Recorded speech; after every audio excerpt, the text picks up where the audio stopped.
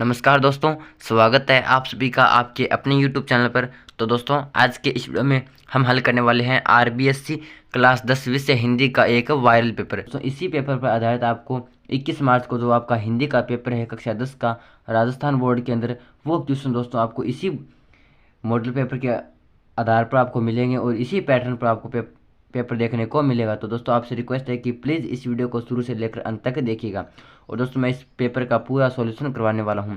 तो दोस्तों, अगर आप हमारे चैनल पर नए हैं तो चैनल को सब्सक्राइब कर दीजिए और वीडियो को लाइक कर दीजिए। तो चलिए दोस्तों, करते हैं इस वीडियो को स्टार्ट और करते हैं आरबीएससी क्लास 10 विषय हिंदी के मॉडल पेपर को सोल्व। तो दोस्तों, सबसे पहले तो थोड़ा बहुत इंट्रो देख लेते हैं। तो दोस्तों, आपका दोस्तों ये जो पेपर है ये 3.25 घंटे का होगा, यानी 3 घंटे 15 मिनट का आपको इसके अंदर समय मिलेगा। और ये हिंदी का पेपर है और पूर्णांक रहेगा 80, यानी 80 अंक का आपको पेपर होगा। और उसके बाद दोस्तों, यहाँ पर ये परीक्षार्थियों के लिए कुछ सामान्य दिशा निर्देश दिए गए हैं। ये दिशा निर्देश आप पढ़ सकते हैं, इन्हें पढ़ना अनिवार्य होता है दोस्तों। तो दोस्तों, आपको ये जो दिशा निर्देश है ये पढ़ने बहुत अनिवार्य होते हैं। तो सबसे पहले तो आपको ये दिशा निर्देश पढ़ लेने हैं। तो दोस्तों, ये तो था कुछ इंट्रो। अब चलते हैं हमारे क्वेश्चनों की तरफ। तो दोस्तों, अब आज का हमारा पेपर। तो दोस्तों, ये हमारा पहला प्रश्न, और पहला प्रश्न है दोस्तों कि निम्नलिखित अपठित गद्यांश को पढ़कर पूछे गए प्रश्नों के उत्तर लिखिए। तो दोस्तों, हमें यहाँ पर एक अपठित गद्यांश दिया गया है, इसको पढ़कर हमें दोस्तों ये जो क्वेश्चन है इनके आंसर करने हैं। तो दोस्तों, सबसे पहले तो आपको इस गद्यांश को आपको अच्छी तरह से पढ़ना है। तो सबसे पहले तो दोस्तों, आपको इस गद्यांश को अच्छी तरह से पढ़ना है 2 या 3 बार। तो दोस्तों, आपको सबसे पहले तो गद्यांश को पढ़ लेना है। अब दोस्तों, आपने गद्यांश को पढ़ लिया होगा। अब दोस्तों, करते हैं इस क्वेश्चनों को हल। मैं दोस्तों यहाँ पर गद्यांश नहीं पढ़ूंगा, ये गद्यांश आपको ही पढ़ना है। मैं सिर्फ इनके आंसर करवाऊंगा। तो दोस्तों, इनके आंसर आप तभी कर सकते हैं जब आपने गद्यांश पढ़ा होगा। तो सबसे पहले तो आप गद्यांश पढ़ लीजिए। अब करते हैं इनके प्रश्नों को सोल्व। तो दोस्तों, पहला प्रश्न कहता है कि उपयुक्त गद्यांश का उचित शीर्षक लिखिए। तो दोस्तों, आपने गद्यांश पढ़ लिया। अब दोस्तों, अब हमें लिखना है इसका उचित शीर्षक, कि ये गद्यांश किस पर है, किस पर आधारित है, किसके ऊपर लिखा गया है। तो दोस्तों, यहाँ पर जो पहला प्रश्न है इसका सही आंसर हो जाएगा हमारे यहाँ पर जयशंकर प्रसाद। तो दोस्तों, इस गद्यांश का शीर्षक है जयशंकर प्रसाद, क्योंकि ये जो गद्यांश है ये जयशंकर प्रसाद के ऊपर ही लिखा गया है। तो ये होगा हमारा पहला क्वेश्चन। उसके बाद 2 नंबर प्रश्न आता है। 2 नंबर प्रश्न है दोस्तों कि प्रसाद जी संबंधित थे, किससे संबंधित थे। तो इसका जो सही ऑप्शन है वो जगह हमारे पास ए, सुंगनी साहू घराने से। इसके बाद आता है 3 नंबर प्रश्न। 3 नंबर प्रश्न आता है दोस्तों। 3 नंबर प्रश्न कहता है कि प्रसाद जी ने सर्वप्रथम कौन सी भाषा में कविता लिखी। तो प्रश्न कहता है कि प्रसाद जी ने सर्वप्रथम कौन सी भाषा में अपनी कविता लिखी, अवधी में, ब्रज में, राजस्थानी में, हिंदी में। तो दोस्तों, इसका आंसर आप कमेंट करके भी बता सकते हैं। तो इसका सही आंसर हो जाएगा हमारे पास यहाँ पर ब्रज भाषा, यानी जो बे ऑप्शन है वो एकदम सही हो जाएगा। इसके बाद आता है next question number 4। Question number 4 कहता है कि निम्न में से कौन सी रचना जयशंकर प्रसाद की है। तो इनमें से दोस्तों, आप ये जो हमें 4 यहाँ पर रचनाएं दी गई है, चारों में से ऐसी कौन सी रचना है जो जयशंकर प्रसाद जी की है। तो यहाँ पर ए हमारा ऑप्शन एकदम सही हो जाएगा, आंसू। तो दोस्तों, आंसू है जो जयशंकर प्रसाद जी की रचना है। इसके बाद आता है 5 नंबर प्रश्न कि जयशंकर प्रसाद ने छायावाद का बीजारोपण किस रचना में किया है। तो इसके अंदर आपको 4 ऑप्शन दिए गए हैं, झरना, आंसू, लहर, कामायनी। तो इसका सही ऑप्शन हो जाएगा हमारा ए, झरना। तो इस प्रकार दोस्तों, ये था हमारे 5 क्वेश्चन। इसके बाद आता है दोस्तों कि निम्नलिखित अपठित काव्यांश को पढ़कर पूछे गए प्रश्नों के उत्तर लिखिए। इसके अंदर दोस्तों 6 से 10 तक प्रश्न है। जो हमारा पहला नंबर गद्यांश था उसके अंदर तो 1 नंबर से लेकर 5 नंबर तक क्वेश्चन थे। इसके अंदर 6 नंबर से 10 नंबर तक क्वेश्चन है। तो दोस्तों, उसी प्रकार आपको सबसे पहले तो ये काव्यांश आपको अच्छी तरीके से पढ़ना है 1 या 2 बार। तो सबसे पहले तो आपको काव्यांश पढ़ना है, तो आप काव्यांश पढ़ लीजिए। तो दोस्तों, अब आपने काव्यांश पढ़ लिया। तो काव्यांश पढ़ने के बाद अब करते हैं इनके आंसर। मैं इनके सिर्फ और सिर्फ इनके आंसर बताऊंगा। तो सबसे पहले तो काव्यांश आपको पढ़ना है। तो जब आप काव्यांश पढ़ोगे तभी आप इनके प्रश्न उत्तर कर सकोगे। तो सबसे पहले तो आपको काव्यांश पढ़ लेना है। उसके बाद अब करते हैं इनके आंसर। तो पहला क्वेश्चन है कि उपयुक्त काव्यांश का उचित शीर्षक लिखिए। तो उपयुक्त काव्यांश का हमें शीर्षक लिखना है दोस्तों। तो इसका शीर्षक क्या है, तो इसका सही आंसर हो जाएगा हमारे पास पथ की पहचान। ब ऑप्शन एकदम सही हो जाएगा। ब ऑप्शन एकदम सही हो जाएगा, पथ की पहचान। तो इसका शीर्षक हो जाएगा पथ की पहचान। उसके बाद 7 नंबर आता है कि बटोही शब्द का अर्थ है। तो बटोही शब्द का अर्थ क्या होता है दोस्तों? बटोही शब्द का अर्थ होता है पथिक। ए ऑप्शन एकदम सही हो जाएगा। इसके बाद नेक्स्ट क्वेश्चन आता है 7 नंबर। तो 7 नंबर क्वेश्चन है दोस्तों कि sorry 8 number question. 8 number question है कि सुमन का पर्यायवाची शब्द है। तो दोस्तों सुमन का पर्यायवाची शब्द क्या है? तो इसका सही आंसर हो जाएगा हमारे पास स, फूल पुष्प प्रसून। तो ये हो जाएगा हमारे सुमन के पर्यायवाची युग्म। उसके बाद आता है 9 नंबर की उक्त काव्यांश में कौन सी शब्द शक्ति का प्रयोग हुआ है? तो दोस्तों ये काव्यांश जो हमारे ऊपर काव्यांश दिया गया है ऊपर, इस काव्यांश के अंदर किस शब्द शक्ति का उपयोग हुआ है? तो इसका सही आंसर हो जाएगा हमारे पास लक्षणा, यानी ब ऑप्शन एकदम सही हो जाएगा। इसके बाद आता है दोस्तों हमारा प्रश्न नंबर 10। तो 10 नंबर प्रश्न कहता है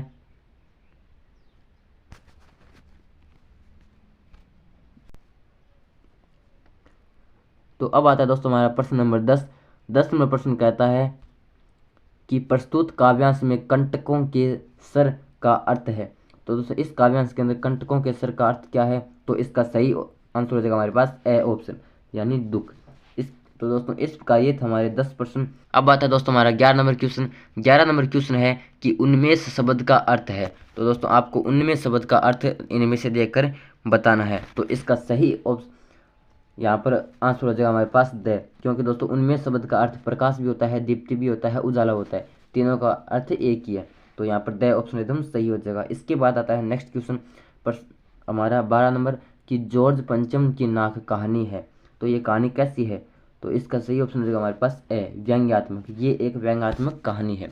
तो दोस्तों इस प्रकार ये थे हमारे 12 क्वेश्चन। ये जो 12 क्वेश्चन थे दोस्तों, ये हमारे 1 नंबर क्वेश्चन के ही पार्ट थे। और दोस्तों आपसे एक रिक्वेस्ट है कि वीडियो को लाइक जरूर कर दीजिए और इस चैनल को सब्सक्राइब जरूर कर दीजिए। तो दोस्तों हमारा जो सब्सक्राइब वाला बटन है उसको ज़रूर से दबा दीजिए। तो दोस्तों वीडियो को लाइक व चैनल को सब्सक्राइब जरूर कर दीजिए। तो दोस्तों ये हो गया हमारे पहला क्वेश्चन। उसके बाद आता है प्रश्न नंबर 2। तो 2 नंबर प्रश्न है, इसके अंदर दोस्तों हमारे रिक्त स्थान वाले क्वेश्चन है। तो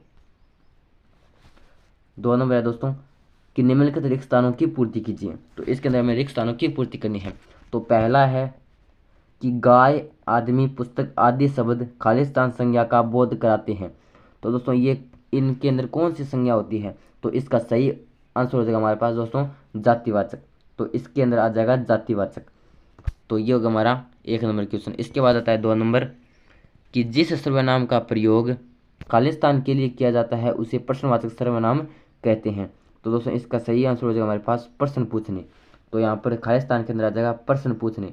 जिस सर्वनाम का प्रयोग प्रश्न पूछने के लिए किया जाता है उसे प्रश्नवाचक सर्वनाम कहते हैं। इसके बाद आता है कि ऐसे शब्द जो संज्ञा या सर्वनाम की विशेषता बतलाते हैं विशेषण कहलाते हैं। तो इसका सही आंसर हो जाएगा विशेषण। इसके बाद आता है 4 नंबर कि अविकारी शब्द ही खालिस्तान शब्द भी कहलाते हैं। तो दोस्तों इसका सही आंसर हो जाएगा हमारे पास अवयव। तो अविकार्य शब्द ही अव्यय शब्द भी कहलाते हैं। इसके बाद आता है 5 नंबर कि अनुज शब्द में अनु उपसर्ग है। तो खालिस्तान में आ जाएगा अनु। 6 नंबर आता है कि मानवता शब्द में मूल शब्द है। तो इसके अंदर मूल शब्द हो जाएगा मानव। तो दोस्तों ये होगा हमारे 2 नंबर प्रश्न। इसके बाद आता है next question number 3। 3 number question है दोस्तों कि निम्नलिखित अति लघुतात्मक प्रश्नों के उत्तर लगभग 20 शब्दों के अंदर दीजिए। ये भी सभी 1-1 अंक के हैं। तो पहला क्वेश्चन आता है दोस्तों हमारा, पहला क्वेश्चन आता है कि व्यंजन संधि की परिभाषा लिखिए। तो दोस्तों मैं आपको बोलकर बता देता हूँ। तो दोस्तों व्यंजन संधि की परिभाषा होती है कि जब किसी व्यंजन का मेल किसी स्वर या व्यंजन से होता है तो उस व्यंजन में आने वाला परिवर्तन व्यंजन संधि कहलाता है। तो ये होती है हमारी व्यंजन संधि की परिभाषा। अब आता है 2 नंबर प्रश्न कि तत्पुरुष समास। 2 नंबर प्रश्न है दोस्तों हमारा कि तत्पुरुष समास के 2 उदाहरण लिखिए। तो तत्पुरुष समास के 2 उदाहरण, तो पहला उदाहरण आप लिख सकते हैं कि काल को जीतने वाला कालजयी। दूसरा उदाहरण मूर्ति को बनाने वाला मूर्तिकार। उसके बाद आता है 3 नंबर की काठ का उल्लू होना मुहावरे का अर्थ है। तो इसका आंसर हो जाएगा हमारे पास दोस्तों कि महामूर्ख व्यक्ति होना। तो काठ का उल्लू होने का मतलब होता है महामूर्ख होना।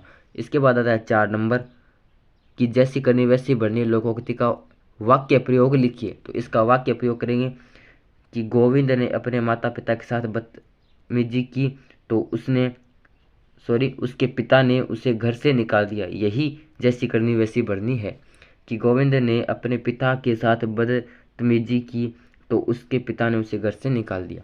यही एक जैसी करनी वैसी भरनी है। इसके बाद आता है 5 नंबर की यतीन्द्र मिश्र का जन्म कब और कहाँ हुआ।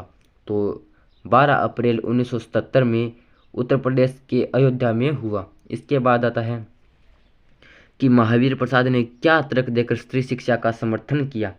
महावीर प्रसाद ने दोस्तों क्या तर्क दिया और तर्क देकर स्त्री शिक्षा का समर्थन किया। तो इसका सही आंसर हो जाएगा कि महावीर प्रसाद ने यह तर्क दिया कि यदि स्त्री शिक्षा से अनर्थ होता है तो पुरुषों द्वारा किए गए अनर्थ भी उसी शिक्षा के परिणाम होने चाहिए, जैसे चोरी करना, डाका डालना, हत्या करना, घूस लेना आदि। तो ये हो गया हमारा 6 नंबर क्वेश्चन। 7 नंबर क्वेश्चन आता है कि बच्चे की दंतुरित मुस्कान का कवि के मन पर क्या प्रभाव पड़ा। तो बच्चे की दंतुरित मुस्कान का कवि के मन पर अत्यंत गहरा प्रभाव पड़ा। कवि को बच्चे की मुस्कान बहुत मनमोहक लगती है, जो मर्त शरीर में भी प्राण डाल देती है। तो ये है इसका आंसर। 8 नंबर क्वेश्चन आता है कि गिरिजा कुमार माथुर की किन्हीं 2 रचनाओं के नाम लिखिए। तो पहली रचना हो जाएगी हमारी नाश और निर्माण, दूसरी हो जाएगी हमारी मंजीर। इसके बाद आता है कि 9 नंबर क्वेश्चन संगीतकार कविता किसके महत्व पर विचार करती है। तो संगीतकार कविता किसके महत्व पर विचार करती है दोस्तों। तो इसका सही आंसर हो जाएगा यह कविता मुख्य गायक का साथ देने वाले संगीतकार की भूमिका पर विचार करती है। और दोस्तों अगर आपको वीडियो पसंद आ रहा है तो वीडियो को लाइक जरूर कर दीजिए, चैनल को सब्सक्राइब जरूर कर दीजिए। जो दोस्तों हमारा सब्सक्राइब वाला बटन है उसको ज़रूर से दबा दीजिए। इसके बाद आता है 10 नंबर प्रश्न कि बदंत आनंद कौशल्यायन ने सभ्यता को किसका परिणाम माना है। तो इसका आंसर हो जाएगा हमारा संस्कृति की। और उसके बाद आता है हमारा 11वां प्रश्न कि रानी आए और नाक न हो पंक्ति में किसकी नाक न होने की बात कही गई है। तो इसके अंदर जॉर्ज पंचम की लाट की नाक होने की कही गई है। उसके बाद आया कि आगे किस विषय के विद्यार्थी रहे हैं, मैं क्यों लिखता हूँ पाठ के आधार पर बताइए। तो आगे किस विषय के विद्यार्थी रहे हैं। तो इसका आंसर हो जाएगा हमारा विज्ञान के, आगे विज्ञान के विद्यार्थी रहे हैं। तो ये थे दोस्तों हमारा 12 नंबर क्वेश्चन। तो ये सभी क्वेश्चन 1-1 अंक के थे। और दोस्तों फिर से एक बार अगर आपने चैनल को सब्सक्राइब नहीं किया तो चैनल को सब्सक्राइब कर दीजिए, वीडियो को लाइक कर दीजिए। इसके बाद आता हमारा नेक्स्ट क्वेश्चन। तो दोस्तों जो हमारे क्वेश्चन थे 12 क्वेश्चन थे वे सभी 3 नंबर प्रश्न के पार्ट थे। इसके बाद आता है दोस्तों हमारा प्रश्न नंबर 4 और यहाँ पर लिखा गया खंड ब के अंदर वो था हमारा खंड ए। यहाँ पर खंड ब स्टार्ट हो जाता है। खंड ब में लिखा गया है कि प्रश्न संख्या 4 से 16 तक के लिए प्रत्येक प्रश्न के लिए अधिकतम उत्तर सीमा 45 शब्द है। तो दोस्तों 4 नंबर से लेकर 16 नंबर तक के लिए जो प्रश्न है उनके लिए अधिकतम उत्तर सीमा 45 शब्द है और सभी 2-2 अंक के रहेंगे। तो 4 नंबर प्रश्न है कि माता का आंचल पाठ से बाल स्वभाव की किस विशेषता का पता चलता है। तो दोस्तों 4 नंबर से लेकर जो 16 नंबर प्रश्न तक प्रश्न है ये दोस्तों मैं आपको सिर्फ ये क्वेश्चन आपको देख लेना है, इनके आंसर मैं आपको नहीं बताऊंगा क्योंकि इनके जब आंसर बताऊंगा तो ये वीडियो थोड़ा लंबा हो जाएगा। तो दोस्तों मैंने जो छोटे वाले क्वेश्चन थे जिनका आंसर बताना था उनका आंसर मैंने बता दिया। तो दोस्तों इनके आंसर मैं आपको नहीं बता सकता क्योंकि अगर इनका आंसर बताऊँगा तो वीडियो थोड़ा लंबा हो जाएगा। तो इनके सिर्फ मैं आपको क्वेश्चन दिखा देता हूँ, इनके आंसर आप अपने बुक में से ढूंढ सकते हैं। तो दोस्तों पहला क्वेश्चन है 4 नंबर क्वेश्चन है कि माता का अंचल पाठ से बाल स्वभाव की किस विशेषता का पता चलता है, 2 अंक का। उसके बाद 5 नंबर क्वेश्चन है कि शांति और अहिंसा की प्रतीक ये पताकाएं, इन पताकाओं का क्या महत्व बताया गया है, साना हाथ जोड़ी पाठ के आधार पर बताइए। 6 नंबर दुलारी का परिचय टुन्नू से कहाँ और कैसे हुआ। 7 नंबर क्वेश्चन काल के आधार पर क्रिया के भेदों के उदाहरण सहित समझाइए। 8 नंबर क्वेश्चन आता है दोस्तों कि गोपियों ने उद्धव की बड़भागी क्यों बताया, उद्धव को बड़भागी क्यों बताया। 9 नंबर क्वेश्चन कि बाल गोविंद भगत अपनी किन चारित्रिक विशेषताओं के कारण साधु कहलाते थे। 10 नंबर क्वेश्चन, यह दंतुरित मुस्कान कविता का मूल भाव अपने शब्दों में लिखिए, 2 अंक का। और दोस्तों एक बात और बता देना चाहता हूँ कि जो आपके जो क्वेश्चन आप आंसर करोगे, ये दोस्तों नंबरों के आधार पर आपको आंसर लिखने हैं। अब दोस्तों यहाँ पर दिया गया है कि यह दंतुरित मुस्कान कविता का मूल भाव अपने शब्दों में लिखिए, तो दोस्तों इसका 2 अंक है, तो इसका आंसर आपको लगभग 4 या 5 लाइनों के अंदर कर देना है। ऐसा नहीं है कि आपको एक पेज आप लिख दो, ऐसा आपको नहीं करना है। इसके बाद आता है, अगर ये क्वेश्चन 4 अंक का होता तब दोस्तों आप आराम से लिख सकते थे इसको बढ़ा, लेकिन 2 अंक का है तो 2 अंक के हिसाब से इसका आंसर करना है, क्योंकि परीक्षा के अंदर समय का बहुत महत्व रहता है। उसके बाद आता है 11वां प्रश्न कि छाया मत छूना मन होगा दुख दूना, पंक्ति में कवि क्या कहना चाहता है, 2 अंक का। 12वां प्रश्न, काशी संस्कृति की पाठशाला है क्यों, नौबत खाने में पाठ के आधार पर बताइए, संस्कृति क्या है अपने शब्दों में लिखिए, नाटकों में स्त्रियों का प्राकृत बोलना उनके अनपढ़ होने का प्रमाण नहीं, उक्त कथन को पाठ के अंतर्गत आए उदाहरण द्वारा समझाइए, सूरदास का जीवन परिचय एवं कृतित्व संक्षेप में लिखिए। तो दोस्तों ये आपको 2 अंक के हिसाब से ही लिखना है। इसके बाद आता है कि रामवृक्ष बेनीपुरी का जीवन परिचय एवं कृतित्व संक्षेप में लिखिए, ये भी दोस्तों आपको 2 अंक के हिसाब से ही लिखना है। इसके बाद आता है 6 नंबर ऑप्शन, खंड 6 आता है। खंड 6 है कि निम्नलिखित पठित गद्यांश की सह प्रसंग व्याख्या कीजिए। तो दोस्तों आपको यहाँ पर एक पठित गद्यांश दिया गया है, इसकी सह प्रसंग व्याख्या करनी है। ये 3 अंक का है, तो 1 अंक आपको सह प्रसंग का मिलेगा, 2 अंक आपको व्याख्या का मिलेगा। दो दिए गए हैं, दोनों अथवा में दिए गए, दोनों में से किसी भी एक का आप कर सकते हैं जो आपको अच्छा लगे। और दोस्तों ये जो ऊपर एक लाइन लिखी गई है इसके अंदर, ये जो हमारा 17 नंबर क्वेश्चन है उसका ये अगला पार्ट है। उसके बाद आता है 18 नंबर क्वेश्चन कि निम्नलिखित पठित पद्यांश की सह प्रसंग व्याख्या कीजिए। तो दोस्तों वो था हमारा गद्यांश, ये हमारा पद्यांश, ये भी 2 है, दोनों अथवा में है, दोनों में किसी भी एक की आप सह प्रसंग व्याख्या कर सकते हैं। सह प्रसंग का मिलेगा आपको 1 अंक, व्याख्या का मिलेगा आपको 2 अंक, दोनों में से किसी भी एक की आप कर सकते हैं, दोनों अथवा में है। 19 नंबर प्रश्न आता है कि लक्ष्मण व परशुराम के मध्य हुए संवाद को उदाहरण सहित लिखिए, अथवा में दिया गया आत्मकथ्य कविता के मूल भाव पर विस्तृत प्रकाश डालिए। तो 2 क्वेश्चन है दोस्तों, दोनों अथवा में, दोनों में से कोई एक आपको करना है और 3 अंक का है, तो इसका आंसर भी आपको 3 अंक के हिसाब से लिखना है, यानी आपको कम से कम 7-8 लाइनें तो आपको कम से कम लिखनी होगी। उसके बाद आता है 20 नंबर क्वेश्चन कि नेताजी का चश्मा पाठ के आधार पर बताइए कि सेनानी न होते हुए भी चश्मे वाले को लोग कैप्टन क्यों कहते थे। इसके अथवा में दिया गया एक कहानी, यह भी पाठ मन्नू भंडारी के आधार पर लड़की से असाधारण बनने के प्रारंभिक पड़ावों को प्रकट करता है, समझाइए। तो दोस्तों यहाँ पर भी 2 क्वेश्चन है, दोनों अथवा में, दोनों में से कोई एक आप कर सकते हैं। अब दोस्तों यहाँ पर ये जो अंक दिए गए आगे 3-3 लिखे गए हैं, ये दोनों के आगे लिखी गई हैं, तो दोस्तों ये दोनों के आगे काउंट नहीं होंगे। आपको 19 नंबर 20 नंबर क्वेश्चन जो अथवा में दिए गए हैं, दोनों में आपको कोई एक करना होगा, तो उसका आपको 3 अंक मिल जाएगा। यहाँ पर ये दोनों प्रश्नों के आगे 3-3 अंक लिखा गया, अथवा के अंदर भी लिखा गया, तो ये भूलवश लिखा गया है, तो यहाँ पर ये एक ही क्वेश्चन का 3 अंक काउंट होगा यहाँ पर, जिसका आप करोगे उसका।